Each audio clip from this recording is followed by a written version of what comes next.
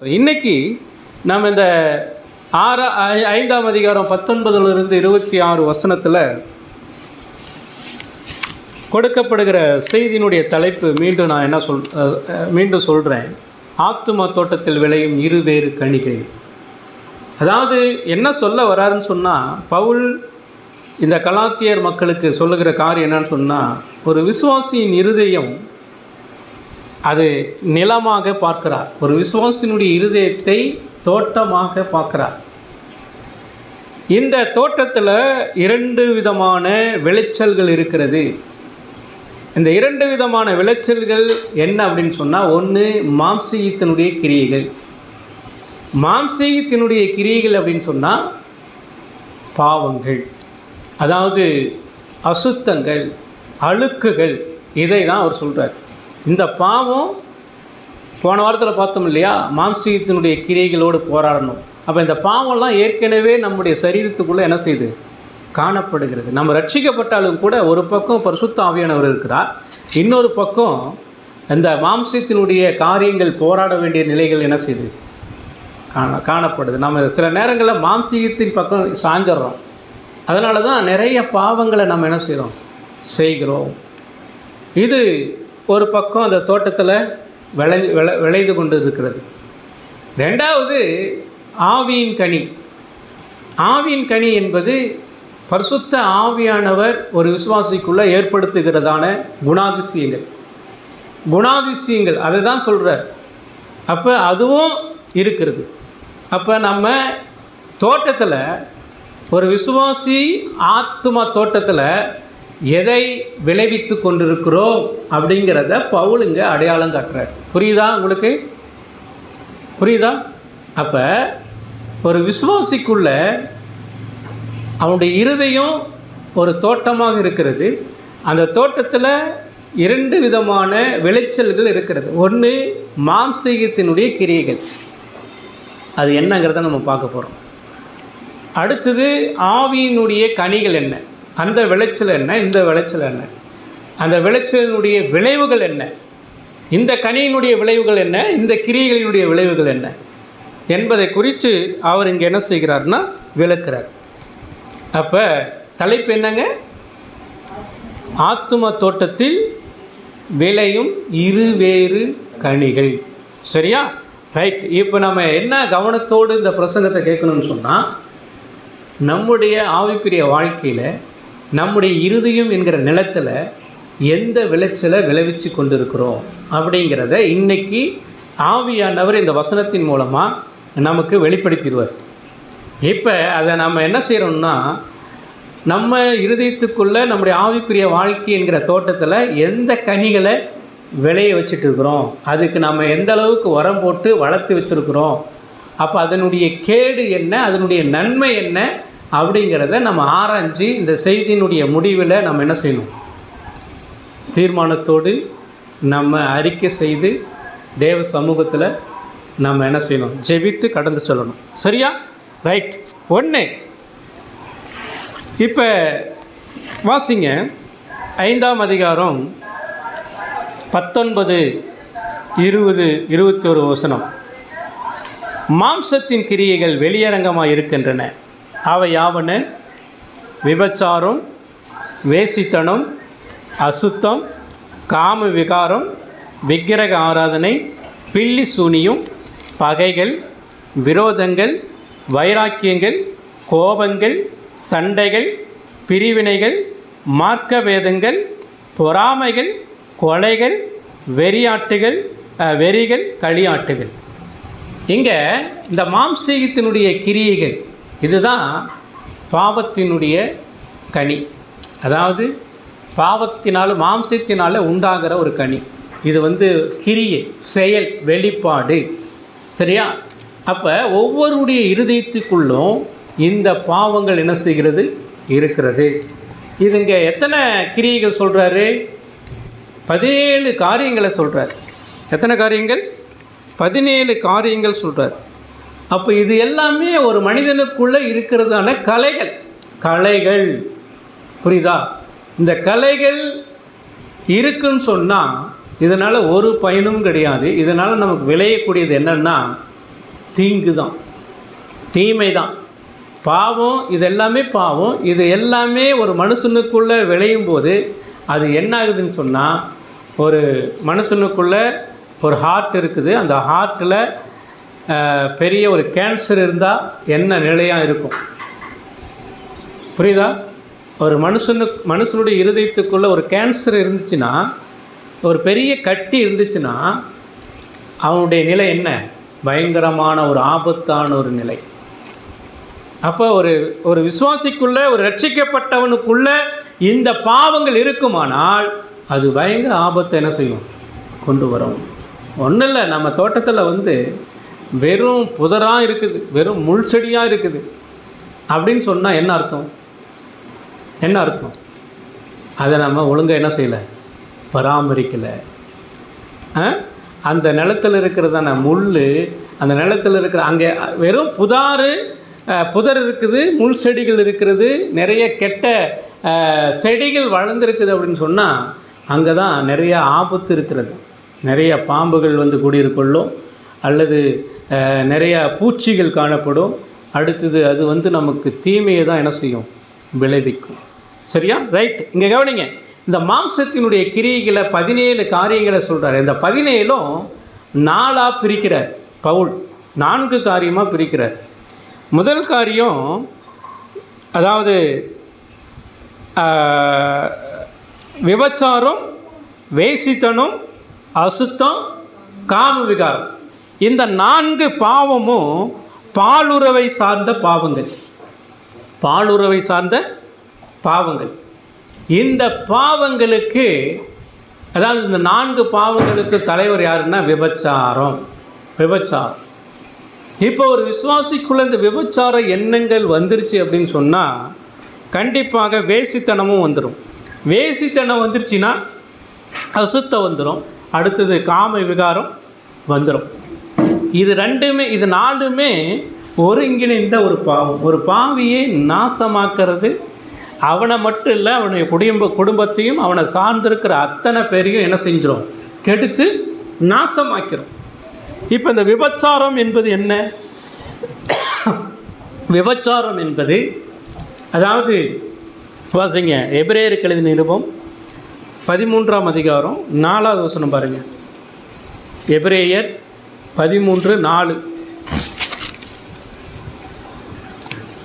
விவாகம் யாவருக்குள்ளும் கனமுள்ளதாயும் விவாக மஞ்சம் அசூசி படாததாயும் இருப்பதாக வேசிகள் அறையும் விபச்சாரக்காரரையும் தேவன் என்ன செய்வாராம்? நியாயம் தீர்ப்பார். விபச்சாரம் என்பது தனக்கு உள்ள மனைவியை விட்டுட்டு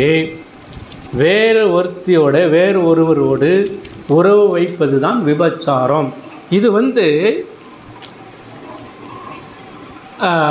கட்டளையில், நியாயப்பிரமாணத்தில் கொடுக்கப்படுகிறதான 7வது கட்டளை, விபச்சாரம் செய்யாதிருப்பாயாக.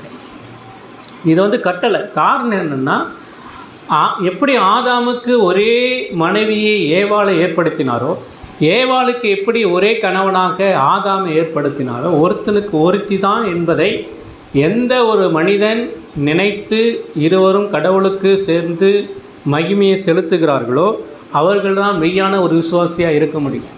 இந்த விபச்சார எண்ணங்கள் இன்றைக்கு அநேக கிறிஸ்துவ மதத்தில் பரவி கிடக்கிறது. இன்றைக்கி நிறைய பேர் என்ன பண்ணுறாங்கன்னா, டைவர்ஸ் பண்ணுறதுக்கு காரணம் என்னன்னு சொன்னால், இன்னைக்கு அதுவும் அதிகமாக டைவர்ஸ் ஆகிறதான ஒரு மதம் எதுனா கிறிஸ்தவ மதம் தான். காரணம் என்ன? வேதம் சொல்லுது. ஆனால் வேதம் சொன்னாலும் கூட கீழ்ப்படியாத ஒரு காரியம். அப்போ வேசித்தனம், அசுத்தம், காம விகாரம் இது எல்லாமே மனுஷனை என்ன செய்யுதுன்னா தீட்டுப்படுத்தக்கூடியதாக காணப்படுகிறது. 1 கொரிந்தியர் 6ஆம் அதிகாரம் 18வது வசனத்தை பாருங்கள். 1 கொரிந்தியர் 6:18.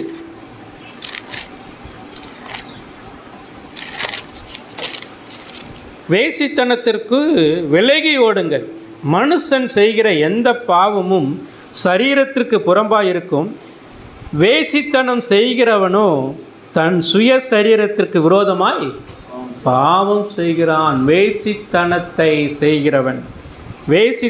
செய்கிறவன் தன் சரீரத்துக்கு விரோதமாய் பாவம் செய்கிறான். 1 கொரிந்தியர் தன்னுடைய சரீரத்துக்கு விரோதமாய், பிறருக்கு விரோதமாக இல்லை, தன்னுடைய சரீரத்துக்கு விரோதமாய் அவன் என்ன செய்கிறான். அதனால தான் அவர் சொல்கிறாரு விலகி ஓடுங்கள் அப்படின்றாரு. இயேசு கிறிஸ்து சொல்லும்போது கூட சொல்கிறாரு. இயேசு மத்தேயு எழுதின சுவிசேஷம் 5ஆம் அதிகாரம் 8வது வசனம் பாருங்கள். மத்தேயு 5:8.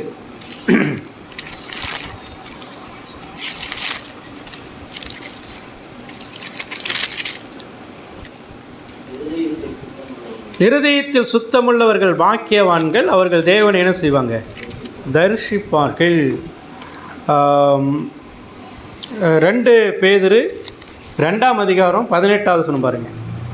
2 பேதுரு 2ஆம் அதிகாரம் 18வது வசனம்.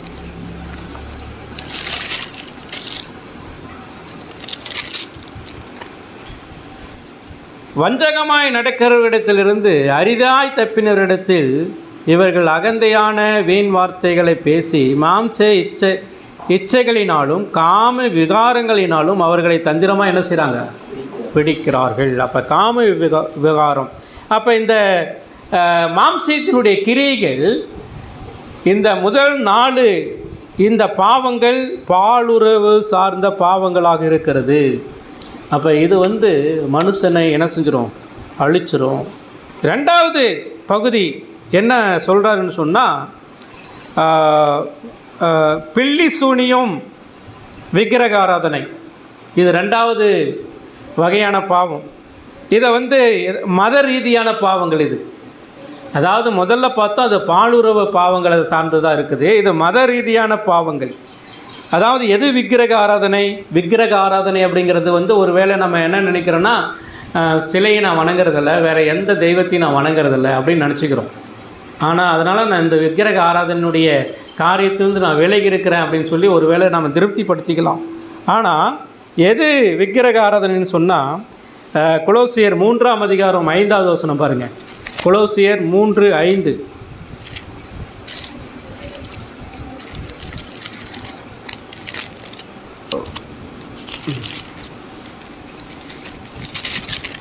கொலோசியர் 3:5.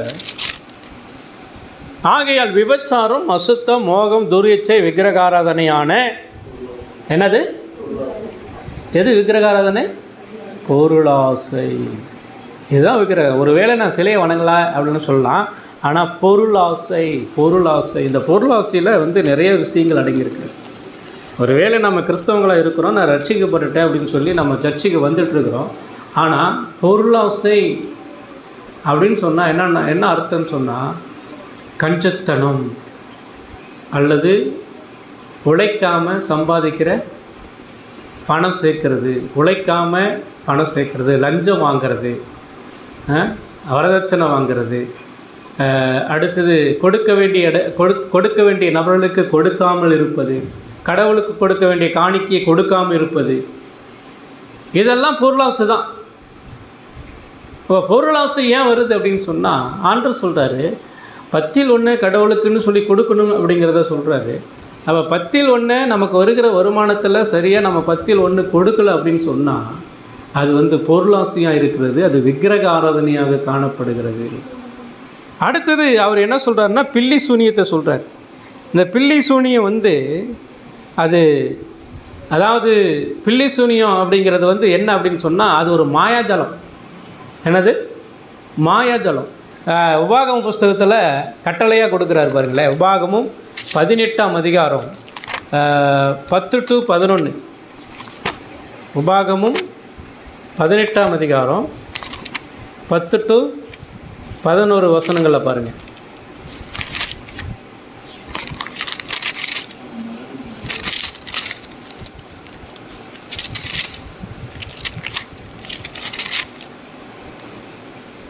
தன் மகனையாவது தன் மகளையாவது தீக்கட பண்ணுகிறவனும், குறி சொல்லுகிறவனும், நாள் பார்க்கிறவனும், அஞ்சனம் பார்க்கிறவனும், சூனிய காரனும், மந்திரவாதியும், சன்னத்தாரானும், மாய வித்தைக்காரனும், செத்தவர்களிடத்தில் குறி கேட்கிறவனும் உங்களுக்குள்ளே என்ன செய்யக்கூடாது?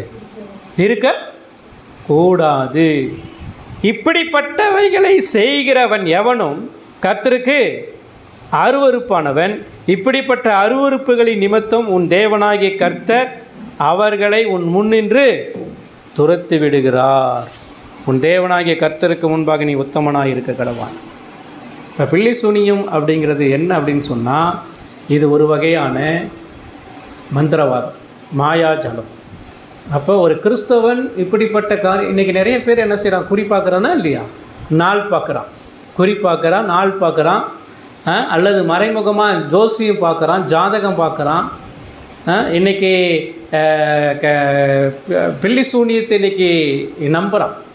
எங்கள் வீட்டில் இன்றைக்கி, அதாவது எங்கள் வீட்டில் மந்திரம் இருக்குது, எங்கள் வீட்டில் சாபம் இருக்கிறது, எந்திரக்கட்டு இருக்குது, மந்திரக்கட்டு இருக்குது அப்படின்லாம் என்ன செய்கிறான் இன்றைக்கி நம்பி, அதன் அடிப்படையில் மனுஷனையும் மந்திரவாதியையும் ஜோசிக்காரனும் இன்றைக்கி நம்புகிறான்.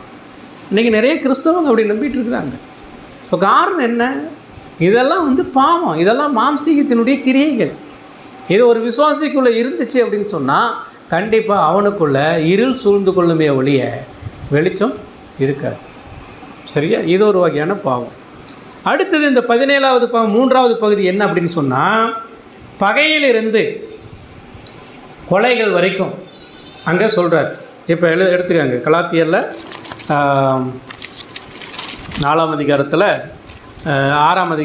5ஆம் அதிகாரத்தில் பாருங்கள் என்னென்ன சொல்கிறாரு. 20வது வசனத்தில் பாருங்களேன்.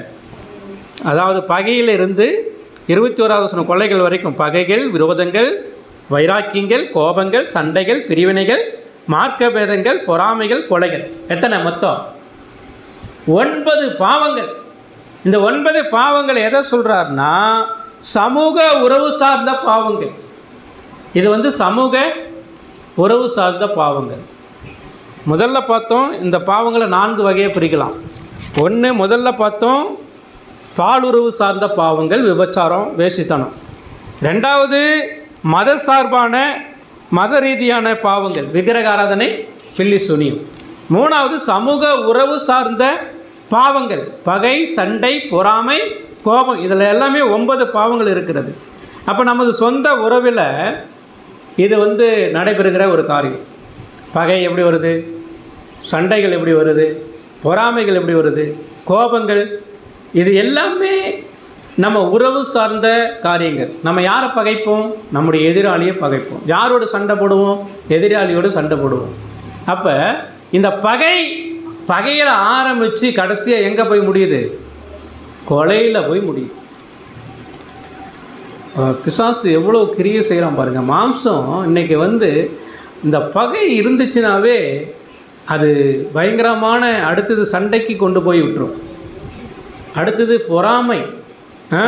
இது எல்லாமே விரோதங்கள், வைராக்கியங்கள், கோபங்கள், பிரிவினைகள், மார்க்க பேதங்கள், பொறாமைகள், கொலைகள். இது எல்லாமே ஒன்றுக்கொன்று தொடர்பு உடையதாக இருக்கிறது. இப்போ இந்த ஒரு பகை அப்படின்னு இருந்துச்சுனாவே அது நேராக என்ன செஞ்சிடும்? கொலைக்குள்ளே கொண்டு போய் விட்டுரும். அதிலிருந்து நம்ம என்ன செய்யணும்னா தப்பிக்க பார்க்கணும். இப்போ இதெல்லாம் நம்முடைய தோட்டத்தில் விளையுதான்னு சொல்லி பாருங்கள். நம்முடைய ஆவிக்குரிய தோட்டத்தில், ஒரு கிறிஸ்தவனுடைய உள்ளத்தில் இதெல்லாம் விளையுதா, இதுக்கு உரம் போட்டுட்ருக்கிறீங்களா அப்படின்னு சொல்லி பாருங்கள். இதெல்லாம் மாறணும். ஒரு கிறிஸ்தவனுடைய வாழ்க்கையில் இப்படிப்பட்டதான பாவங்கள் என்ன செய்யக்கூடாது? இருக்கக்கூடாது. கடைசியான அந்த பாவத்தில் 4வது பகுதி, 4வது பிரிவு என்ன சொல்லுதுன்னா, வெறிகள், களியாட்டுகள். வெறிகள், களியாட்டுகள். இப்போ கொலைகளுக்கு அடுத்தது என்னது? வெறிகள், களியாட்டுகள். இந்த வெறிகள், களியாட்டுகள் எந்த பாவத்தை சார்ந்ததுன்னா சிற்றின்ப பாவங்களை சார்ந்தது. சிற்றின்ப பாவங்கள் அப்படின்னு சொன்னால் என்னது? கட்டுப்பாடற்ற உலக இச்சை. கட்டுப்பாடற்ற உலக இச்சைகளை குறிக்கிறது. லூக்கா எழுதின சுவிசேஷம் 21ஆம் அதிகாரம் 34வது வசனத்தை படிங்க. லூக்கா 21:34. உங்கள் இருதயங்கள் பெருந்திண்டியினாலும் வெறியினாலும் லௌகிக கவலையினாலும் பாரம் அடையாதபடிக்கும் நீங்கள் நினையாத நேரத்தில் அந்த நாள் உங்கள் மேல் வராதபடிக்கும் என்ன செய்யுங்க? எச்சரிக்கையாக இருங்கள். இப்போ இந்த பாவம் என்ன சொல்லுது அப்படின்னு சொன்னால், வெறிகள், களியாட்டுகள் அப்படிங்கிறது என்ன சொல்லுதுன்னா, அதாவது இது இச்சை, பொழுதுபோக்கு. அடுத்தது குடி, வெறி, குடிக்கிறதுக்கும் வெறி, களியாட்டுகள். இப்போ இன்றைக்கி குடிச்சிட்டு தான் என்ன செய்கிறான், ஆட்டம் போடுறான். இன்றைக்கி குடிக்கிறதுனால தான் எவ்வளோ ஆபத்துகள் நிறைந்து காணப்படுது இன்றைக்கி உலகத்தில். சரியா? அதாவது ஒரு பாவத்தில் அப்படியே உச்சக்கட்டத்தில் நிற்கிறது. இன்றைக்கி சினிமா மோகத்தில் என்ன செய்கிறாங்க, நீங்கள் மக்கள் உச்சக்கட்டத்தில் இருக்கிறாங்க. அது நல்லதாக கெட்டதானால அவங்களுக்கு என்ன செய்யாது, தெரியவே தெரியாது. அந்தந்த நேரத்துக்கு அந்தந்த சந்தோஷத்தை என்ன செய்யணும், அவங்க அனுபவிக்கணும். இது பொழுதுபோக்கு அல்ல.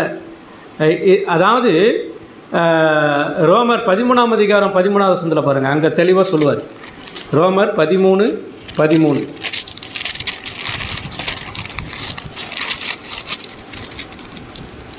களியாட்டும் வெறியும் வேசித்தனமும் காம விகாரமும் வாக்குவாதமும் பொறாமையும் உள்ளவர்களாய் நடவாமல் பகலிலே நடக்கிறவர்களைப் போலவும் சீராய் என்ன செய்ய வேண்டும், நடக்க வேண்டும்.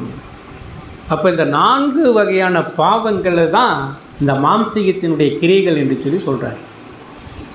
அப்போ இது நம்முடைய தோட்டத்தில் வளர விட்டுருக்குறோமா, நம்முடைய இருதயத்துக்குள்ளே இருக்குதா அப்படின்னு சொல்லி பாருங்கள். அப்படி இருந்துச்சு அப்படின்னு சொன்னால், அது நிறைந்து காணப்படுமானால் சத்தியத்திற்கு இடம் கொடுக்காது. சத்தியத்தை நீ கேட்ப, ஆனால் அதன்படி நடக்க மாட்டேன். ஏன்னா வெறும் முள்ளுக்காடாக இருக்குது. நீ அங்கே விதையை போட்டாலும் அது என்ன செய்யாது, முளைக்காது. அது விலையை போட்டாலும் முளைக்காது. ஆனால் இதனுடைய முடிவு என்ன, 21வது வசனத்தில் சொல்கிறாரு பாருங்களேன். கலாத்தியர் 5:21 சொல்கிறாரு. என்ன சொல்கிறாரு, அது தொடர்ச்சியாக அந்த கிரியைகளுக்கு பின்னாடி இப்படிப்பட்டவைகளை செய்கிற, எப்படிப்பட்டவைகளை, இந்த 17 காரியம் 4 வகையான அந்த பாவங்களை செய்கிறவர்கள் தேவனுடைய ராஜ்யத்தை சுதந்தரிப்பதில்லை. தேவனுடைய ராஜ்யத்தை சுதந்தரிப்பதில்லை. கண்டிப்பாக ஒருவேளை கிறிஸ்தவனாக இருக்கலாம், ரட்சிக்கப்பட்டிருக்கலாம், சபைக்கு வரலாம், தசமபாகம் கொடுக்கலாம், அல்லது கிறிஸ்தவன் என்று சொல்லிக்கொள்ளலாம். கிறிஸ்துவ பேரை கூட நீ மாற்றிக்கலாம். சரியா? ஞானஸ்தானம் எடுக்கலாம், என்ன வேணாலும் பண்ணலாம். ஆனால் இந்த பாவங்கள் உங்களுக்குள்ளே இருந்து நீங்கள் செயல்பட்டு கொண்டு இருப்பீங்கன்னா, ஒரு மாற்றமும் இல்லாமல் துணிஞ்சு இந்த பாவத்தை செய்து கொண்டு இருப்பீங்கன்னா, ஒரு நாளும் நீங்கள் பரலோகம் போயிடுவோம் அப்படின்னு அந்த எண்ணெல்லாம் இருக்க வேண்டாம். வாய்ப்பே கிடையாது. ஒரு சில வசனங்களை படித்து பாருங்களேன். ஒரு சில வசனங்களை படிப்போம். அதாவது 1 கொரிந்தியர் 6ஆம் அதிகாரம் 9-10. 1 கொரிந்தியர் 6:9-10 பாருங்கள்.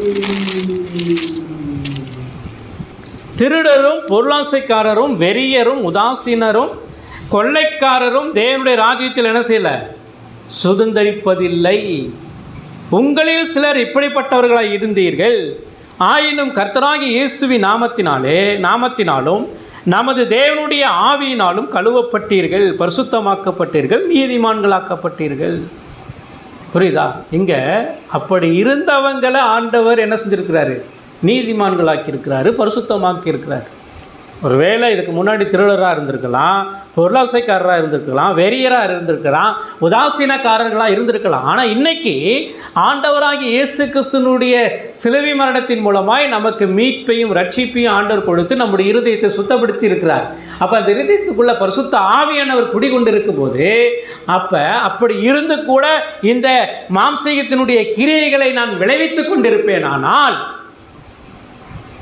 நான் எப்படி தேவனுடைய ராஜ்யத்தில் சுதந்திரித்து கொள்ள முடியும்? வாய்ப்பே கிடையாது. 10 கன்னிகளில் 5 பேர் என்ன பண்ணாங்க, நான் உங்களை அறியேன். என்ன காரணம்? அந்த 5 பேரும் எங்கே தான் போனாங்க, சர்ச்சுக்கு போனாங்க, பாட்டு பாடினாங்க, ஆராதித்தாங்க, காணிக்கை கொடுத்தாங்க, சத்தியத்தை கேட்டாங்க. ஆனால் மணவாளனை சந்திக்கும்போது என்ன இல்லை, தீவெட்டி இருக்கிறது, நெருப்பு இருக்கிறது, எல்லாம் இருக்கிறது. எண்ணெய் இருந்தால் தானே எரியும்.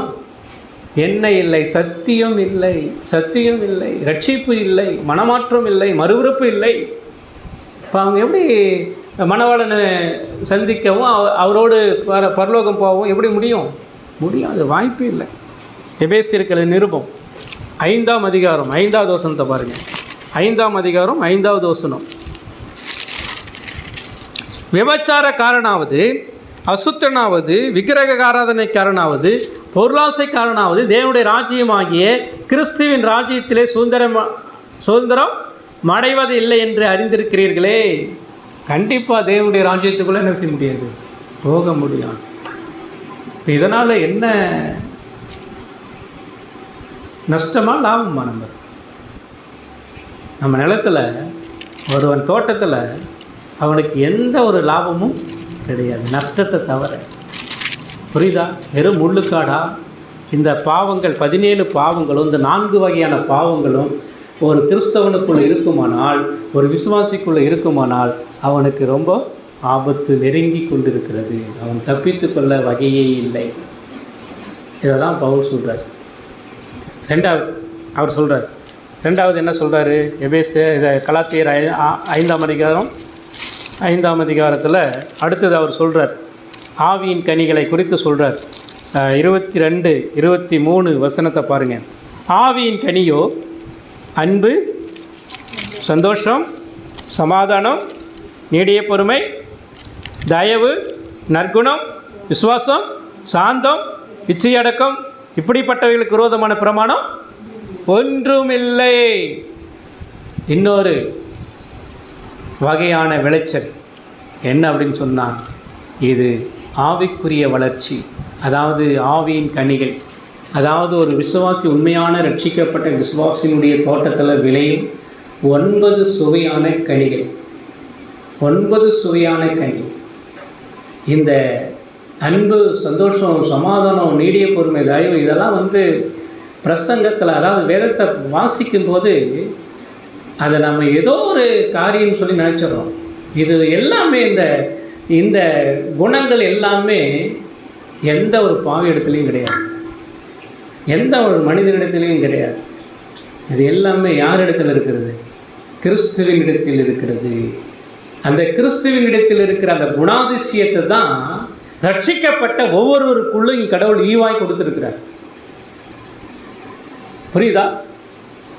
இதுக்கு முன்னாடி நம்ம அப்படி தான் இருந்தோம், மாம்சத்தினுடைய கிரியைகளாக காணப்பட்டோம். இந்த 17 வகையான பாவங்கள் நமக்குள்ளே இருந்துச்சு. ஆனால் ரட்சிக்கப்பட்ட உடனே ஆண்டவர் அதையெல்லாம் சுத்திகரித்து மன்னித்து நமக்கு இந்த அன்பு, சந்தோஷம், சமாதானம் என்கிறதான இந்த ஆவிக்குரிய 9 கனியை ஆண்டவர் நமக்கு கொடுத்துருக்கிறார். அப்போ இதை தான் நம்ம தோட்டத்தில் ஒரு விசுவாசி என்ன செய்யணும்? வளர விடணும். இதை தான் வளர விடணும். பகை இருக்கக்கூடாது, அதுக்கு பதிலாக அன்பு இருக்கணும். விபச்சாரம் இருக்கக்கூடாது, அதுக்கு பதிலாக என்ன செய்யணும்? உண்மையாய் மனைவியையும் பிள்ளைகளையும் நேசிக்க பார்க்கணும். சரியா? அப்போ இங்கே இந்த 9 சுவையான கனி, இங்கே கனிகள் சொல்லப்படுதா, கனியோன்னு சொல்லப்படுதா? ஆவி கனியோ. அங்கே மாம்சத்தினுடைய கிரியைகள் அப்படின்னா என்ன சொல்லுது?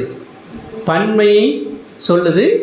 ஆனால் 17 தனித்தனியாக ஒவ்வொரு கிரியைகளை குறிப்பிடுகிறது. சரியா? ஆனால் இங்கே கனி என்று சொல்கிற ஆவியின் கனியோ, கனிகளோன்னு சொல்லலை, நல்லா கவனிங்க, கனியோ அப்படின்னு சொல்கிறார். அப்போ இந்த 9 சேர்ந்து தான் ஒரு கனி. இந்த 9 சேர்ந்து தான் ஒரு கனி. ஆவியின் கனி எத்தனை? ஆவியின் கனி எத்தனை? 9 சேர்ந்து ஒரு கனி. இந்த 9 இந்த ஒரு கனிக்குள்ளே தான் இந்த 9 வகையான, இப்போ நீங்கள் உதாரணத்துக்கு இந்த ஆரஞ்சு பழத்தை எடுத்துக்கோங்க. அந்த ஆரஞ்சு பழத்தை உரிக்கும் போது அதில் சொலை இருக்கு இல்லையா? எத்தனை சொலை? 9 சொலை அல்லது 10 சொலை இருக்கும். அப்போ அந்த ஒரு பழம், அந்த ஒரு கனி, அந்த ஒரு கனிக்குள்ளே இந்த 9 வகையான சுவை இருக்கிறது. அதில் ஒன்று இல்லைனாலும் அது கனியாக இருக்காது. அது ஒன்று இல்லைனாலும் அது கனியாக இருக்குது. இப்போ அன்பு, சந்தோஷம், சமாதானம், இந்த கனிகள் எல்லாமே அந்த ஒரு பழத்துக்குள்ளே இருக்கிறது. இது ஒவ்வொரு விசுவாசிக்குள்ளேயும் விளையணும். விளையலைன்னா அவன் கிறிஸ்தவனாக இருக்கவே முடியாது. இது விளையணும்.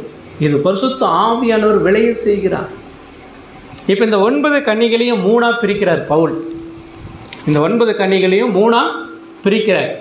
முன்ன கிரியைகளை பார்த்தோம், 4 பிரித்தார் அவர். இப்போ இங்கே இதை 3 பிரிக்கிறார். எப்படி 3 பிரிக்கிறார் அப்படின்னு சொன்னால், முதல்ல 3 கனி என்னது? அன்பு, சந்தோஷம், சமாதானம், இது தேவனோடு உள்ள உறவை குறிக்கிறது. இந்த மூணும் கண்டிப்பாக யாருக்குள்ளே இருக்குதோ அவன் தேவனை விட்டு விலகவே மாட்டான். அன்பு, சந்தோஷம், சமாதானம், இந்த மூணும் தேவன் அவனுக்கு கொடுத்து வச்சிருக்கிறார். எதுக்கு? தேவனோடு உறவு கொள்ளும்படியாக, தேவனோடு ஐக்கியம் கொள்ளும்படியாக. அதனால தான் 1 யோவான் 4ஆம் அதிகாரம் 8வது வசனம் பாருங்கள். 1 யோவான் 4ஆம் அதிகாரம் 8வது வசனம். அன்பில்லாதவன் தேவனை அறியான், தேவன் அன்பாகவே இருக்கிறார். புரியுதா? அவ தேவன் அன்பாக இருக்கிறார். அந்த தேவனுடைய அன்பு தான் நம்முடைய இருதயத்துக்குள்ளே என்ன செஞ்சிச்சு? ஊற்றப்பட்டிருக்கிறது. அதை எங்கே பார்க்குறோம்? ரோமருக்கு எழுதின நிருபம் 5ஆம் அதிகாரம், ரோமர் 5ஆம் அதிகாரம் 5வது வசனத்தில் பாருங்களேன். 5வது வசனத்தில், மேலும் நமக்கு அருளப்பட்ட பரிசுத்த ஆவியினாலே தேவ அன்பு நம்முடைய இருதயங்களில் ஊற்றப்பட்டிருக்கிறபடியால் அதே நம்பிக்கை நம்மை வெட்கப்படுத்தாது. 8வது வசனம் பாருங்க.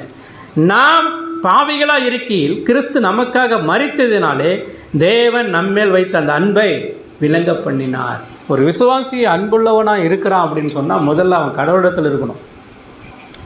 ஒரு விசுவாசி அன்புள்ளவனை பரப்பா, இவன் அன்புள்ளவனாக இருக்கிறான். அன்புள்ளவன் அப்படின்னு சொன்னால் கடவுளுக்கும் அவனுக்கும் உறவு இல்லாமல் அன்பாக இருக்க முடியாது. ஏன்னா அந்த அன்பு கடவுளிடத்திலிருந்து வந்தது. அந்த கடவுளிடத்திலிருந்து அந்த அன்பு நமக்குள்ளே ஊற்றப்பட்டு இருக்கிறபடினால தான் முதலாவது நம்ம கடவுளிடத்தில் அன்பாக இருக்கணும். அதனால தான் இங்கே சொல்கிறாரு, அன்பில்லாதவன் தேவனை என்ன செய்ய மாட்டான்? அறிய மாட்டான். தேவன் எப்படிப்பட்டவராக இருக்கிறார்? அன்புள்ளவராக இருக்கிறார். தேவன் அன்புள்ளவராக இருக்கிறார். அப்போ இது இந்த ஆவியின் கனி அப்படிங்கிறது கண்டிப்பாக ஒவ்வொரு விசுவாசிக்குள்ளேயும் என்ன செய்யணும்? இருக்கணும். முதல்ல அவன் கடவுளத்தில் அன்புள்ளவனாக இருந்தால் மட்டும்தான் பிறரிடத்தில் அன்பாக இருக்க முடியும். இதில் ஈஸியாக கண்டுபிடிச்சிடலாம். அவன் உண்மையாகவே தான் மனைவியையோ அல்லது பிள்ளைகளையோ நேசிக்கிறான் அப்படின்னு சொன்னால் அவன் கண்டிப்பாக தேவனிடத்தில் அன்பாக இருக்கிறான்னு அர்த்தம். இதில் நிறைய மாயமாலமான அன்பெல்லாம் இருக்குது. அப்படிப்பட்ட அன்பை இங்கே சொல்லலை. அடுத்தது அவர் என்ன சொல்கிறாருன்னா, என்ன சொல்கிறாரு? சந்தோஷம். சந்தோஷம், இந்த கனி இந்த சந்தோஷம் பிலிப்பியர் 3ஆம் அதிகாரம் 3வது வசனத்தில் பாருங்கள். பிலிப்பியர் 3:3, பிலிப்பியர் 4:4 அந்த வசனத்தில் பாருங்கள். 3:3, ஏனெனில் மாம்சத்தின் மேல் நம்பிக்கையாக இராமல் ஆவியினாலே தேவனுக்கு ஆராதனை செய்து கிறிஸ்து இயேசுக்குள் மேன்மை பாராட்டுகிற நாமே விருத்த சேதனம் உள்ளவர்கள். 4:4 பாருங்களேன். கர்த்தருக்குள் எப்பொழுதும் சந்தோஷமாயிருங்கள். மறுபடியும் சொல்லுகிறேன், கர்த்தருக்குள் சந்தோஷமாக இருங்கள் என்று மறுபடியும் சொல்லுகிறேன். இந்த சந்தோஷம் எதை சார்ந்தது? தேவனோடு உள்ள உறவை சார்ந்தது. எனக்குள்ள என்ன சந்தோஷம்? நான் ரட்சிக்கப்பட்டிருக்கேன், நான் மீட்கப்பட்டிருக்கேன். இதை விட ஒரு கிறிஸ்தவனுக்கு இருக்கிற சந்தோஷம்லாம் வேறு எதுவுமே கிடையாது. பணத்தினால் தன்னுடைய ஆண்டவர் என்னை ரட்சித்திருக்கிறார் என்பதை விட என்கிட்ட இவ்வளோ பணம் இருக்குது அப்படிங்கிறதுனால சந்தோஷம்லாம் கிடையாது. அதை காட்டிலும் தேவன் என்னை ரட்சித்திருக்கிறார், தேவன் என்னை பாவத்திலிருந்து மீட்டிருக்கிறார், தேவன் என்னை அவருடைய பிள்ளையாக மாற்றியிருக்கிறார். எனவே என்னிலே சந்தோஷம் பொங்குது, சந்தோஷம் பொங்குதே, சந்தோஷம் பொங்குதே. இயேசு என்னை ரட்சித்தார், முற்றும் என்னை மாற்றினார். ஆகவே சந்தோஷம் என்னில் பொங்குதே. பாடுறோம் இல்லையா? அதுதான் இந்த சந்தோஷம் கண்டிப்பாக ஒவ்வொரு கிறிஸ்தவனுக்கும் இருக்கணும். அது தேவனோடு உள்ள உறவை என்ன செய்கிறது? காட்டுகிறது. அப்போ இந்த சந்தோஷம் எனக்குள்ளே இருந்துச்சுன்னா, ரட்சிக்கப்பட்ட சந்தோஷம், ரட்சிப்பின் சந்தோஷம் எனக்குள்ளே இருந்துச்சுன்னா என்னையும் கடவுளையும் யாரும் என்ன செய்ய முடியாது? பிரிக்கவே முடியாது. என்னையும் கடவுளையும் யாரும் பிரிக்க முடியாது, யாரும் பிரிக்க முடியாது. சொல்லப்போனால் என்னை ஆண்டவர் ரட்சித்துட்டார்னா என் மனைவி என்னை பிரிக்க முடியாது, கடவுளையும் என்னையும் பிரிக்க முடியாது, என் பிள்ளைகள் என்னை பிரிக்க முடியாது, என் அப்பா அம்மா என்னை பிரிக்க முடியாது, யாரும் கணவன் பிரிக்க முடியாது, யாருமே பிரிக்க முடியாது. என்னால் ஜெபிக்காமல் இருக்க முடியாது, என் ஜெபத்தை யாரும் தடுக்க முடியாது. புரியுதா? ஏன்னா கிறிஸ்து என்னை மீட்டிருக்கிறார். அடுத்தது இதில் தேவனோடு உள்ள உறவு என்கிற அந்த ஆவியின் கனி மூணாவது என்னது அப்படின்னு சொன்னால் சமாதானம். இந்த சமாதானத்தை யார் நமக்கு பெற்றுக் கொடுத்தது?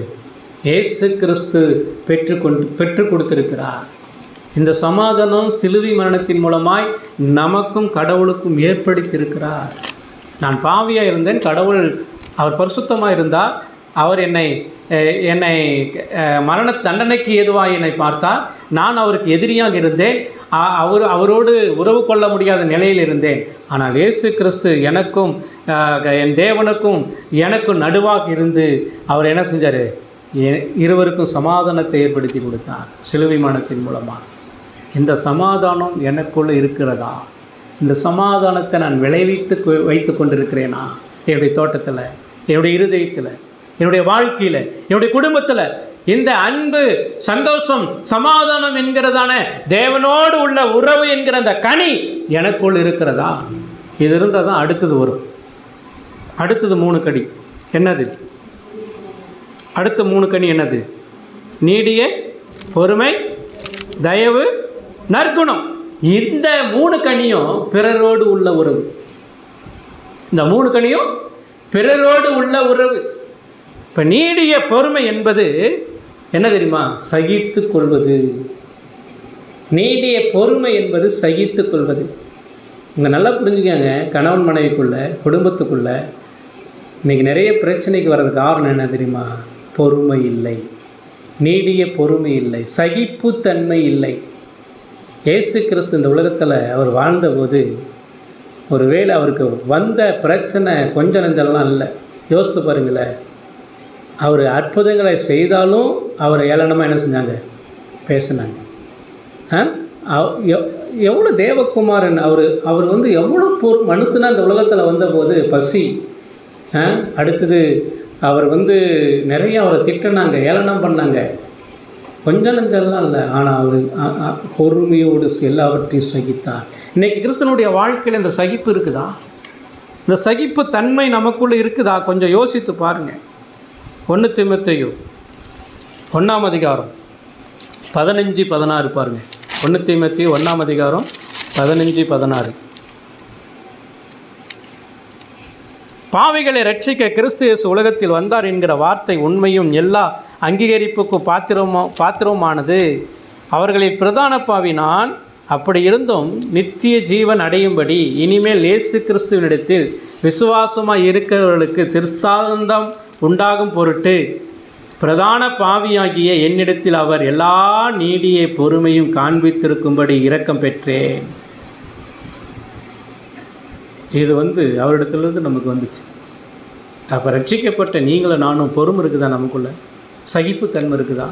நீடிய பொறுமை இருக்குதா? இது நம்ம தோட்டத்தில் விளையுதா? நம்ம இருதயத்தில் இருக்குதா? கொஞ்சம் சிந்திச்சு பாருங்கள். அடுத்தது அவர் சொல்கிறார், அடுத்த கனி என்னது? தயவு. இந்த தயவு மற்றவரிடத்தில் இரக்கமாகவும் கரிசனையாகவும் இருக்கக்கூடியதான குணம். இப்போ இது கடவுள் நமக்கு கொடுத்துருக்கிறாரு. என்ன கொடுத்துருக்கிறாரு? மற்றவரிடத்தில் இரக்கமாக இருக்கணும். ஆண்டவராக இயேசு கிறிஸ்து இந்த உலகத்தில் வாழும்போது அவருடைய இரக்கத்திற்கு அளவே கிடையாது. அவருடைய இரக்கத்துக்கு அளவே கிடையாது. இவர் சிலுவையில் அறையும் என்று சொல்லி கோஷமிட்ட நபர்களுக்கு முன்பாக, ஆண்டவரே இவர்கள் என்னதென்று அறியாது இருக்கிறார்கள், இவர்கள் என்ன செய்யும்? இந்த தயவு நம்மக்கிட்ட இருக்குதா? இந்த தயவு இறக்க இருக்குதா நமக்கு? யோசித்து பாருங்கள். உடனே பழிவாங்கிற எண்ணம் இருக்குதில்ல, பதிலுக்கு பதில் செய்யணுங்கிற எண்ணங்கள் இருக்குதில்ல. கணவன் பேசினா மனைவியும் பேசணும், மனைவி பேசினா கணவனும் பேசணும். புரியுதா? அப்பா பேசினா அவன் மகனும் பேசணும். எப்படி பதிலுக்கு பதில்? ஏன்? என்ன காரணம்? உன்னுடைய சுபாவங்கள் இன்னும் மாற்றப்படலையே. உனக்குள்ளே இன்னும் தோட்டத்துக்குள்ளே இன்னும் இந்த கிரியைகள், மாம்சீகத்தினுடைய கிரியைகள் வளர்ச்சி அடைந்து கொண்டிருக்கிறது, ஓங்கி வளர்ந்து கொண்டிருக்கிறது, புதராக இருக்கிறது. நீ இன்னும் சுத்தம் பண்ணலை. புரியுதா? அடுத்தது நற்குணத்தை சொல்கிறார். நற்குணம் இது தேவனுடைய குணம். நற்குணம் அப்படிங்கிறது எந்த மனுஷனிடத்திலும் இல்லவே இல்லை. பாவியாக பிறந்த ஒவ்வொரு மனுஷனும் எந்த நற்குணம், அவங்ககிட்ட தீய குணங்கள் மட்டும்தான் இருந்துச்சு. இந்த நற்குணத்தை கொடுக்கிறவர் இயேசு கிறிஸ்து மட்டும்தான். 2 தெசலோனிக்கேயர் 1ஆம் அதிகாரம் 11வது வசனம் பாருங்கள். 2 தெசலோனிக்கேயர் 1ஆம் அதிகாரம் 11வது வசனம். ஆகையால் நம்முடைய தேவனும் கர்த்தராகிய இயேசு கிறிஸ்துவும் அளிக்கும் கிருபையின்படியே நம்முடைய கர்த்தராகிய இயேசுவின் நாமம் உங்களிடத்திலும் நீங்கள் அவரிடத்திலும் மகிமைப்படும் பொருட்டாக நம்முடைய தேவன் உங்களை தமது அழைப்புக்கு பாத்திரராகவும் தமது தயவுள்ள சித்தம் முழுவதையும் விசுவாசத்தின் கிரியையும் பலமாய் உங்களிடத்தில் நிறைவேறவும் வேண்டும் என்று இப்பொழுது உங்களுக்காக வேண்டிக் கொள்கிறேன். இந்த நற்குணம் தீத்து 3ஆம் அதிகாரம் அதில் என்ன சொல்கிறார் பாருங்கள். தீத்து 3ஆம் அதிகாரம் 1வது வசனம் பாருங்கள். துரைத்தனங்களுக்கும் அதிகாரங்களுக்கும் கீழ்ப்படிந்து அடங்கியிருக்கவும் சகலவிதமான நற்கிரியைகளையும் செய்ய ஆயத்தமாக இருக்கவும். 13வது வசனம். நியாயசாஸ்திரியாகிய சேனாவுக்கும் அப்போலாவுக்கும் ஒரு குறைவில்லாதபடிக்கு அவர்களை ஜாக்கிரதையாய் விசாரித்து வழிவிட்டு அனுப்பு. இப்போ அந்த நற்குணம் அப்படிங்கிறது எதை வெளிப்படுது அப்படின்னு சொன்னால், ஒருவரை ஒருவர் விசாரிக்கிறதுல வெளிப்படுகிறது. ஒருவரை ஒருவர் விசாரிக்கணும். புரியுதா? இதுதான் அவங்க மேலே நம்ம இரக்கம் காட்டுறோம்னு சொன்னால், அவங்களுடைய காரியங்கள் ஒருவேளை சோதனையில் இருப்பாங்க, பிரச்சனையில் இருப்பாங்க, வியாதியில் இருப்பாங்க, மன உளைச்சலில் இருப்பாங்க. அவங்களோடு நம்ம ஐக்கிய கொண்டு அவங்களை என்ன செய்யணும்? விசாரித்து ஒருவரை ஒருவர் என்ன செய்யணும்? அவர்களை பலப்படுத்த வேண்டிய காரியமாக இருக்குது. மற்றவர்களோடு உள்ள உறவு, இதுதான் இந்த 3 கனியும் சொல்லுது. அடுத்த 3 கனி என்ன சொல்லுது? அடுத்த 3 கனி என்னது? விசுவாசம், சாந்தம், இச்சை அடக்கம். விசுவாசம், சாந்தம், இச்சை அடக்கம். இது யாருக்குள்ள உறவை சொல்லுது? ஒரு விசுவாசி அவனுக்குள்ள உள்ள உறவு, அவனுக்குள்ளேயே இருக்கிற உறவு, தனக்குத்தானே உள்ள உறவு, தனக்குத்தானே உள்ள உறவு. இந்த 3 குணாதிசயம் இருக்கணும். விசுவாசம் அப்படிங்கிறது உள்ளான மனதில் பரிசுத்தமாக பதிக்கப்பட வேண்டும். இந்த விசுவாசம் எதை சார்ந்தது? கிறிஸ்துவை சார்ந்தது. கிறிஸ்துவை சார்ந்தது. எனக்கு இருக்கிற ஒரே ஒரு விசுவாசம், நம்பிக்கை என்ன தெரியுமா? கிறிஸ்து. அவ்வளோதான். கிறிஸ்து. அவர் எனக்காக மரித்தார், அடக்கம் பண்ணப்பட்டார், உயிர் தெழுந்தார். எனவே அவருடைய கிருபையினால் மட்டும்தான் நான் மீட்கப்பட்டேன். இதுதான் என்னுடைய நம்பிக்கை, இதுதான் என்னுடைய விசுவாசம், இதுதான் என்னுடைய உறுதி. இது கிறிஸ்துவிலே காணப்பட வேண்டும். கிறிஸ்துவிலே எப்படி காணப்படணும் அப்படின்னு சொன்னால், பிலிப்பியர்கள் எழுதின நிருபம், பிலிப்பியர் 2ஆம் அதிகாரம் 7 to 9 இந்த விசுவாசம் தான் ஒவ்வொரு கிறிஸ்தவனுக்குள்ளேயும் இருக்கணும். பிலிப்பியர் 2ஆம் அதிகாரம் 7 to 9 வசனத்தை பாருங்களேன். தம்மை தாமே வெறுமையாக்கி அடிவியின் ரூபம் எடுத்து மனுஷர் சாயலானார். அவர் மனுஷ ரூபமாய் காணப்பட்டு மரண பரியந்தமும், அதாவது சிலுவையின் மரண பரியந்தமும் கீழ்ப்படிந்தவராகி தம்மை தாமே தாழ்த்தினார். ஆதலால் தேவன் எல்லாவற்றுக்கும் மேலாக அவரை உயர்த்தி இயேசுவின் நாமத்தில் வானோர் பூதளத்தோர் பூமியின் கீழானவருடைய முழங்கால் யாவும் முடங்கும்படிக்கும் பிதாவாகிய தேவனுக்கு மகிமையாக இயேசு கிறிஸ்து கர்த்தர் என்று நாவுகள் யாவும் அறிக்கை பண்ணும்படிக்கும் எல்லா நாமத்துக்கும் மேலான நாமத்தை அவர்களுக்கு தந்தளினார். இந்த விசுவாசம் உங்களுக்கும் எனக்கு இருக்குதா? கிறிஸ்துவை குறித்ததான விசுவாசம். அடுத்தது சாந்தம். இந்த சாந்தம் அதாவது தாழ்மையை குறிக்கிறது. இந்த சாந்தம் பழி வாங்குவதற்கு நம்மை உந்தி தள்ளாது.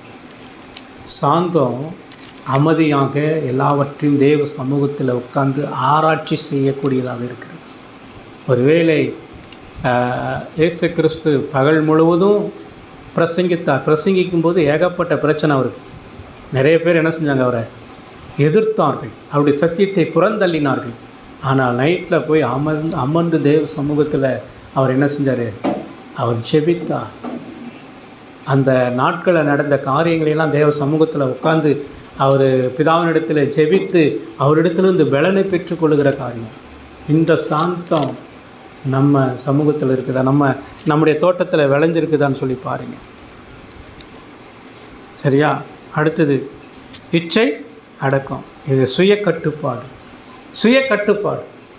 இந்த இச்சை அடக்கம் ஒவ்வொரு கிறிஸ்தவனுக்கும் இருக்கணும். இச்சை மேலோங்கி போச்சு அப்படின்னு சொன்னால், இச்சை தலை தூக்கி ஆடுமானால் கண்டிப்பாக அங்கே பாவம் நிறையா என்ன செய்யும், வளர ஆரம்பிச்சிடும். பாவம் பிறந்ததுக்கு காரணமே என்னது தான்? இச்சை. இச்சை அடக்கம் வேணும். இச்சை அடக்கம் இல்லை, இச்சை அடக்கம் சுய கட்டுப்பாடு இல்லை. சில நேரங்களில் நம்ம செல்லை பார்க்கக்கூடாதுன்னு தான் நினைப்போம். செல்லவே தொடக்கூடாதுன்னு நினைப்போம். ஸோ இனிமேல் கெட்ட வார்த்தையே பேசக்கூடாதுன்னு நினைப்போம். இனிமேல் நம்ம பொய்யே பேசக்கூடாதுன்னு நினைப்போம். இனி கடவுளுக்கு நேர்மையாக இருக்கணும்னு நினைப்போம். ஆனால் அடுத்த நிமிஷமே என்ன செஞ்சுருவோம்?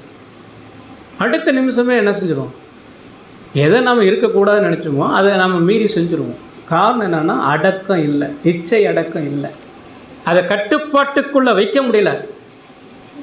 புரியுதா? டிவி பார்க்கக்கூடாதுன்னு சொல்லலை, அதிலேயே இருந்துடக்கூடாது. செல்லை பார்க்கக்கூடாதுன்னு சொல்லலை, அதில் இருக்கிற நன்மையான காரியங்களை மட்டும். ஏன்னா அதில் பைபிள் இருக்குது, அதில் நிறைய பிரசங்கங்கள் இருக்குது, காலையில் நான் அனுப்புகிற வாட்ஸ்அப் செய்தி இருக்குது. இதை உட்காந்து ஒரு தரம் 2 தரம் 3 தரம் திருப்பி படிக்கிறோமா? ஏன் ஒரு கிறிஸ்தவம் அதை செய்ய மாட்டேங்கிறோம்? மீண்டும் மீண்டும் நம்ம எதை பார்க்குறோம்? தேவையில்லாத செய்தி, தேவையில்லாத வீடியோக்கு, தேவையில்லாத காரியத்தை நம்ம என்ன செய்கிறோம்? செல்லு எடுத்துட்டால் அதை பாடு நம்ம நோண்டிக்கிட்டே இருக்கிறோம். எதை நோண்டுறோம்? எதுக்கு நோண்டுறோம்? யோசித்து பாருங்கள். அப்போ சுய கட்டுப்பாடு இல்லையா எனக்குள்ள? ஆவிக்குரிய வாழ்க்கையில் இதெல்லாம் இல்லை அப்படின்னு சொன்னால் இந்த கனிகள் இருக்கணும், கண்டிப்பாக இருக்கணும். இது இருக்குதான்னு பாருங்கள். உங்கள் ஆவிக்குரிய வாழ்க்கையில், உங்கள் ஆத்துமா தோட்டத்தில் இந்த 3 வகையான கனி இருக்குதா? தேவனோடு இருக்கிற உறவு, சந்தோஷம், சமாதானம், அன்பு, சந்தோஷம், சமாதானம் இருக்குதா? அடுத்தது உனக்கும் பிறருக்கும் உள்ள அந்த உறவில் என்னது? நீடிய பொறுமை, தயவு, நற்குணம் இருக்குதா? அடுத்தது உனக்குள்ளே இருக்கிற அந்த காரியம், உனக்குள்ளே இருக்கிற விசுவாசம், அடுத்தது சாந்தம், இச்சை அடக்கம், இது இருக்குதா? யோசித்து பாருங்க. அப்போ இது எல்லாமே ஒரு கிறிஸ்தவனுக்குள்ள என்ன செய்யணும்? இருக்க வேண்டிய காரியங்கள். சரியா? அடுத்தது 3வது ஒரு விஷயம், 24வது வசனம் பாருங்கள். ஒருவேளை இல்லைங்க, இது எல்லாமே இல்லைங்க, மாம்சீகத்தினுடைய கிரியை தாங்க என்னை தலை தூக்கி ஆடுது அப்படின்னு சொன்னால், வாசிங்க 24வது வசனம், 6:24. கிறிஸ்துவுடையவர்கள் இல்லைங்க, நான் ரட்சிக்கப்பட்டிருக்கிறேன், ஆவியின் கனிகள் எனக்குள்ளே இருக்குது, என் தோட்டத்தில் வளர்ந்துருக்குது அப்படின்னா, தங்கள் மாம்சத்தையும் அதன் ஆசை இச்சைகளையும் சிலுவையிலே அறைந்திருக்கிறார்கள். இப்போ உனக்குள்ள அந்த கனி இருக்குது அப்படின்னு சொன்னால், நீ ஏற்கனவே உன்னுடைய இச்சைகளை, ஆசைகளை, இந்த மாம்சத்தினுடைய சிறிய கிரியைகளெல்லாம் நீ என்ன பண்ணியிருக்கணும்? சிலுவையிலே அறைந்திருக்க வேண்டும். அறைஞ்சிட்டிங்களா? ஏன் ஆவிக்குரிய கனி உங்களால் கொடுக்க முடியல? இன்னும் மாம்சீகத்திலேயே நீங்கள் இன்னும் என்ன செய்கிறீங்க? காணப்படுறீங்க. 4 வகையான பாவங்களில் சிக்கி உள்ளன்ட்டு இருக்கிறீங்க. காரணம் என்னென்னா, உங்கள் மாம்ச இச்சைகளை இன்னும் சிலுவையில் அறையிறதில்ல. சிலுவையில் அறையிறதுன்னா என்ன அர்த்தம்? ரோமர் 6ஆம் அதிகாரம் 6வது வசனம் பாருங்கள். ரோமர் 6:6 சிலுவையில் அறையிறது அப்படின்னா என்ன அர்த்தம் அப்படின்னு சொன்னால், அவர் சொல்கிறாரு 6:6 நமக்கு நாம் இனி பாவத்துக்கு ஊழியம் செய்யாதபடிக்கு, பாவ சரீரம் ஒழிந்து போகும் பொருட்டாக நம்முடைய பழைய மனுஷன் அவரோடு கூட சிலுவையில் அறியப்பட்டது என்று அறிந்திருக்கிறோம். புரியுதா? இயேசு கிறிஸ்து எதுக்கு சிலுவைக்கு போனார்? எதுக்கு சிலுவைக்கு போனார்? இந்த பழைய பாவங்கள் எல்லாத்தையும், நம்முடைய பாவங்கள் எல்லாம், பாவத்துக்கான தண்டனையை அவர் எடுத்து கொண்டதுனால தான் எல்லாவற்றையும் அவர் என்ன செஞ்சார்? சிலுவைக்கு ஒப்பு கொடுத்தார். அப்போ ஒரு கிறிஸ்தவன் ரட்சிக்கப்பட்டுட்டான் அப்படின்னு சொன்னால், இது எல்லாமே எனக்குள்ளே முன்ன இருந்த அந்த அத்தனை பாவங்களும் சிலுவையில் இயேசு கிறிஸ்து அரைந்து என்ன செஞ்சிட்டார்? நீக்கி போட்டார். அவருடைய ரத்தத்தினால் கழுவி போட்டார். நான் மீண்டும் பழைய வாழ்க்கைக்கு நான் என்ன செய்யக்கூடாது? போகக்கூடாது. அப்போ சிலுவையில் அறையப்பட்ட நம்ம மாம்சீகத்தினுடைய இச்சை அப்படிங்கிறது இது சட்ட ரீதியான உண்மை. ஒரு விசுவாசி மறுபடியும் பிறந்த உடனே முடிந்த காரியம். ஒரு ரட்சிக்கப்பட்டுட்டான் அப்படின்னு சொன்னால், ஏற்கனவே இருக்கிற எல்லா பாவத்தினுடைய கிரியைகளையும் அவர் ஏற்கனவே சிலுவையில் என்ன செஞ்சிட்டாரு? அறிஞ்சிட்டார். அப்போ இங்கே என்ன சொல்கிறார்? ஒரு கிறிஸ்தவ உடையவனாக இருப்பானால் அவன் கண்டிப்பாக அவனுடைய மாம்ச இச்சைகள் ஏற்கனவே சிலுவையில் அறியப்பட்டாச்சு. அது இயேசு கிறிஸ்துவுடனே என்ன செஞ்சாச்சு? அறியப்பட்டாச்சு. அப்படின்னா என்ன அர்த்தம்? அதாவது மரணத்துக்கு ஏதுவாகுதல். சிலுவையில் அறியப்படுதல்னா மரணத்துக்கு ஏதுவாகுதல். அப்படின்னா என்ன அர்த்தம்? உன் பாவத்தை நீ கொல்லணும், பாவத்தை கொல்லணும். இப்போ சிலுவை அப்படின்னு சொன்னாவே என் பாவத்தை கொல்லுகிற இடம் தான் சிலுவை. என் பாவத்தை நிர்மூலமாக்குவதை, அதாவது என் பாவத்தை என்னை விட்டு அழிப்பது தான் சிலுவை. இது இயேசு கிறிஸ்து செய்தார். நான் மீண்டும் ஆண்டவர் எல்லாவற்றையும் செய்து முடித்து என்னை ஆண்டவர் ரட்சித்தும் மீண்டும் எனக்குள்ள அந்த பாவம் உச்சக்கட்டத்தில் நிற்கிது. அப்படின்னா என்ன காரணம்? நான் இன்னும் பாவத்தை வளர்த்து கொண்டு இருக்கிறேன், பாவத்துக்கு தீனி போட்டு கொண்டே இருக்கிறேன், விபச்சாரத்துக்கு தீனி போட்டு கொண்டு இருக்கிறேன், வேசித்தனத்துக்கு தீனி போட்டு கொண்டு இருக்கிறேன், பகைக்கு தீனி போட்டு கொண்டு இருக்கிறேன். நான் இன்னும் சிலுவையில் அறியலை, நான் இன்னும் ரட்சிக்கப்படலை. அவ்வளோதான் பிரச்சனை. இன்னும் நான் ரட்சிக்கப்பட்டுமே, ஞானஸ்தானம் எடுத்தும், சபையில் அங்கமாக இருந்தும், கம்யூனியன் எடுத்தும், திருவிருந்து எடுத்துமே நான் இன்னும் பாவத்துக்குள்ள தான் வாழ்ந்து கொண்டு இருக்கிறேன்னா நீ போலியான கிறிஸ்தவன். நீ உன்னை நீயே ஏமாற்றி கொண்டு இருக்கிறாய். அப்போ உன் தோட்டத்துக்குள்ள எதை நீ வளர்த்து கொண்டு இருக்கிறாய்? யோசித்து பாருங்க. அடுத்தது, சிலுவையில் நம்முடைய மாம்ச இச்சைகளை அழிப்பது என்பது பரிசுத்த ஆவியின் துணையோடு இது நடக்கிற காரியம். பரிசுத்த ஆவியானவர் நான் ரட்சிக்கப்பட்டவனும் எனக்குள்ளே இருக்கிறதுனால அவர் என்ன செய்கிறார்? பாவத்தை கொல்லுவதற்கும் நான் ஆவிக்குரிய கனியை கொடுப்பதற்கும் பரிசுத்த ஆவியானவர் எனக்கு என்ன செய்கிறார்? என்னுடைய உள்ளத்துக்குள்ளே இருந்து அவர் என்ன செய்கிறார்? செயல்பட்டு கொண்டிருக்கிறார். அடுத்தது, சிலுவையில் தன்னுடைய மாம்ச இச்சைகளை அறைவது என்பது என்ன தெரியுமா? நம்முடைய மாம்சீகத்துக்கு வாய்ப்பு கொடாமல் இருப்பது. மாம்சீக கிரியைகளுக்கு வாய்ப்பு கொடுக்கவே கூடாது, எந்த விதத்திலும் கொடுக்கக்கூடாது. அப்போ தான் நான் சிலுவையில் ஏற்கனவே அறையப்பட்டாச்சு அப்படின்னு சொல்லி அர்த்தம். அறையப்பட்டாச்சு அப்படின்னு சொல்லி அர்த்தம். அது மட்டும் இல்லை, சிலுவையில் அறையப்படுது அப்படின்னு சொன்னால் எபேசியருக்கு எழுதின நிருபம் 4ஆம் அதிகாரம் 22 பாருங்களேன். எபேசியர் 4:22. அந்தபடி முந்தின நடக்கைக்குரிய மோசம் போக்க இச்சைகளினாலே கெட்டுப்போகிற பழைய மனுஷனை நீங்கள் கலைந்து போட்டு உங்கள் உள்ளத்திலே புதிதான ஆவி உள்ளவர்களாகி மெய்யான நீதியிலும் பரிசுத்தத்திலும் தேவனுடைய சாயலாய் சிருஷ்டிக்கப்பட்ட புதிய மனுஷனை தரித்துக் கொள்ளுங்கள். கலைந்து போடணும், புதிய மனுஷனை தரித்து கொள்ளணும். அந்த புதிய மனுஷனை தரித்து கொள்றதுக்கு இன்றைக்கி ஏன் ஆவிக்குரிய வளர்ச்சி இல்லை, ஏன் கண்ணி கொடுக்குற வாழ்க்கை இல்லை அப்படின்னா என்ன அர்த்தம் தெரியுமா? தொடர்ச்சியான ஜெபம் இல்லை, தொடர்ச்சியான வேத வாசிப்பு இல்லை, தொடர்ச்சியான கிறிஸ்துவை மற்றவங்களுக்கு போதிக்கிற அந்த ஊழியம் இல்லை. அதுதான் பிரச்சனை.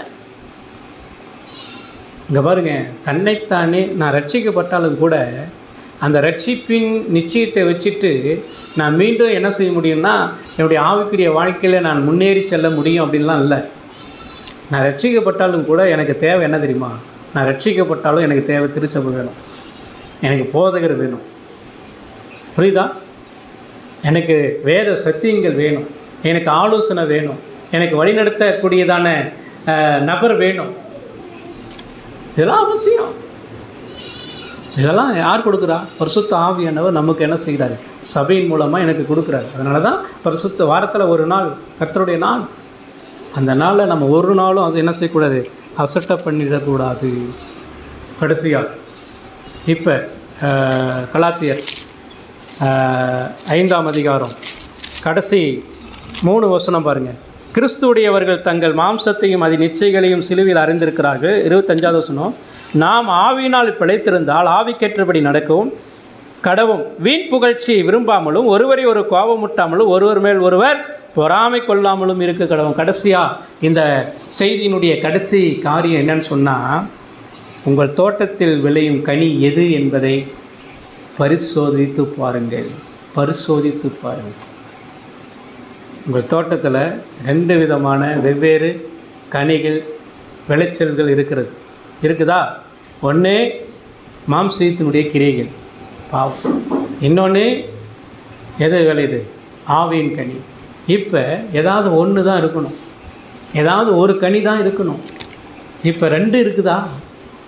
2 இருக்குதா? ஒரு சில நேரம் ஒரு சில தோட்டங்களில் வந்து விதையும் போட்டிருப்பாங்க, அல்லது களையும் அதோடு என்ன செய்யும், முளைச்சிக்கிட்டே வரும்.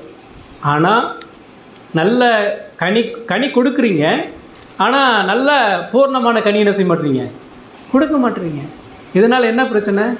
அங்கே களைகள் இருக்குது, அதை என்ன செய்யணும், சுத்தம் பண்ணணும். முதல்ல உன் தோட்டத்தில் எந்த கனி வளருதுன்னு பாருங்கள். பாவ கனி வளருதா அல்லது ஆவியின் கனி வளர்ந்து கொண்டு இருக்கிறதா? எதுக்கு தீனி போட்டுக்கொண்டு உரம் போட்டு கொண்டு இருக்கிறீங்க? கொஞ்சம் யோசித்து பாருங்களேன். இது ரொம்ப முக்கியமான விஷயம். அதே நம்மிடத்தில் ஆவிக்குரிய கனிகள் இருக்கிறது, இந்த 3 விதமான உறவுகள் இருக்கிறது அப்படின்னு சொன்னோம்னா அதுக்காக நீங்களும் நானும் பெருமைப்பட வேண்டிய அவசியம் இல்லை. ஏன்? இந்த கனியை உண்டாக்குனவர் யார்? எனக்குள்ள இருக்கிற ஆவியானவர். ஒருவேளை கனி இல்லைன்னா உன்னால் அந்த அந்த கலையை உன்னால் என்ன செய்ய முடியாது, பிடுங்க முடியாது. அதுக்கு யார் தேவை? பரிசுத்த ஆவியானவர் தேவை. இந்த பரிசுத்த ஆவியானவர் தான் உனக்குள்ளே இருந்து என்ன செய்கிறார்? அந்த கலைகளை பிடுங்கி போடுகிறார். யோவான் எழுதின சுவிசேஷம் 15ஆம் அதிகாரம் 5வது வசனம் பாருங்களேன். யோவான் 15ஆம் அதிகாரம் 5வது வசனம். 15:5. நானே திராட்சை செடி, நீங்கள் கொடிகள். ஒருவன் என்னிலும் நான் அவனிலும் நிலைத்திருந்தால் மிகுந்த கனிகளை என்ன செய்வான், கொடுப்பான். என்ன இல்லாமல் உங்களால் ஒன்றும் செய்ய முடியாது. ஒருவேளை உங்களுடைய இருதயத்தில் ஒருவேளை களைகளை பிடுங்கவோ அல்லது கனிகளை கொடுக்கவோ வேணும்னா கிறிஸ்து இல்லாமல், பரிசுத்த ஆவியானவர் உங்களுக்குள்ளே இல்லாமல் உங்களால் ஒன்றும் செய்ய முடியாது. கிறிஸ்துவோடு அந்த உறவு உங்களுக்கு இருக்குதா? கிறிஸ்துவுக்கு கொடுக்க வேண்டிய கடமைகளை கொடுக்குறீங்களா? கிறிஸ்துவை மகிமைப்படுத்துகிறீங்களா? ஒன்று, கனி கொடாத கொடியை அறுத்து போடுகிறார். ஆபத்து இருக்குது. கனி கொடுக்கணும்னா ஆபத்து இருக்கிறது. நீ ஒழுங்காக சரியான விதத்தில் ஆவிக்குரிய கனி இல்லாத ஒரு வாழ்க்கை இருப்பாயானால் கண்டிப்பாக ஆபத்து இருக்குது. அறுத்து போட்டுருவார். அப்படின்னா கொடியை அறுத்து போட்டுட்டு என்ன செஞ்சிடும்? காஞ்சி போயிடும். உனக்கு யாரும் உதவி செய்ய மாட்டான். காஞ்சி அடுத்தது அது நெருப்புக்கு தான் போகும். ஏன் காஞ்சி போகும்? சாரம் இல்லை. கொடியில் இருந்த சாரம் போகலை. கிறிஸ்துவில் இருந்த ஆசீர்வாதம் உனக்கு வரல. கிறிஸ்துவில் இருந்த நன்மையை உனக்கு வரல.